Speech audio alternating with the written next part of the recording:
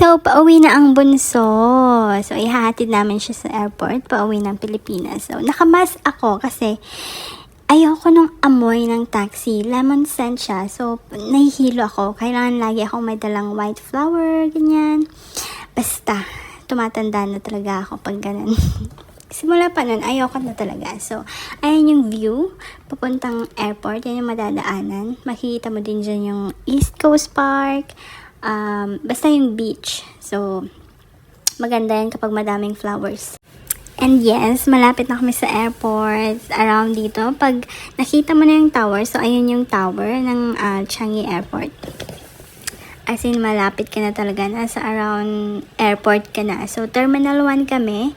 Kasi Scoot Airline yung sasakyan ng kapatid ko. So, maya-maya makikita nyo na yung Terminal 1 na sign. So, dun na yun.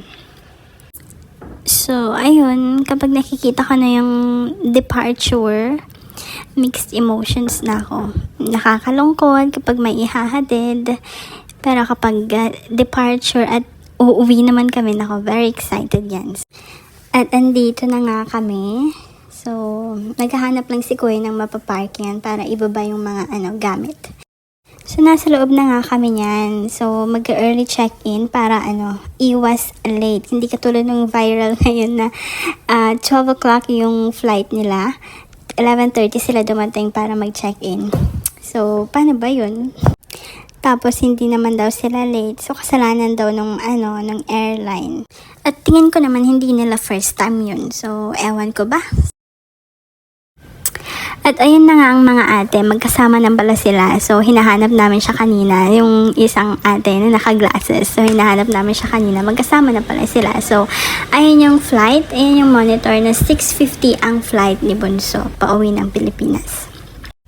So, kailangan na nga niyang mag-check-in. So, na-over baggage nga pala siya ng parang 4 kilos yata, pero hindi naman pinabayaran. So, mabait naman. Pero sa ang sabi, next time daw, kailangan i-weigh mo na yung mga dala para iwas sa mga ganong eksena.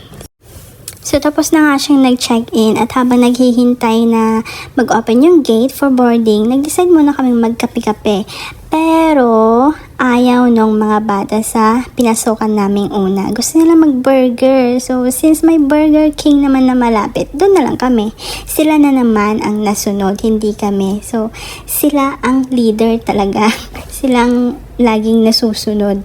Wala na kaming right para mag-decide. At nakahanap na ang mga ate ng upuan namin.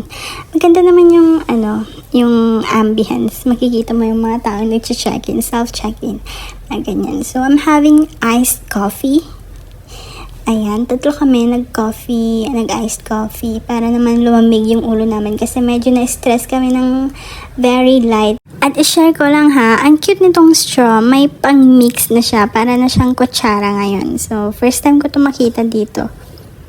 So, habang nagkakape nga kami, nagkakwentuhan muna, kwentuhan dyan dito, kulitan dyan, kulitan doon, lalo na si Jai, napakakulit. So, eto na nga yung medyo sad na part kasi nasanay sa for 2 months, may kalaro sila, may kabanding silang tito, nagbabadminton doon, dyan, nagkukulitan. So, ayan, mamimiss nila yung tito nila. Ikaw ba naman ang 2 months na laging may tito? Tito dyan, tito doon.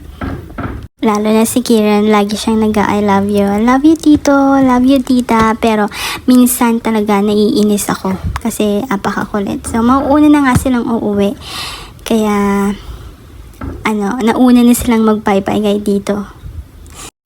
Malapit na nga kasi ang exams nila kasi mag-school holiday na. So, kailangan nilang mag-review.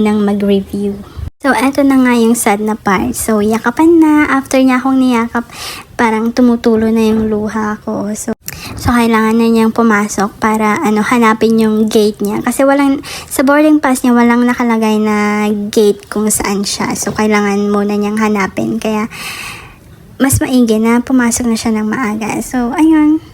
Medyo naiiyak na nga ako dyan. Pero, pinipigilan ko talaga kasi nakakahiya naman sa dalawang ate.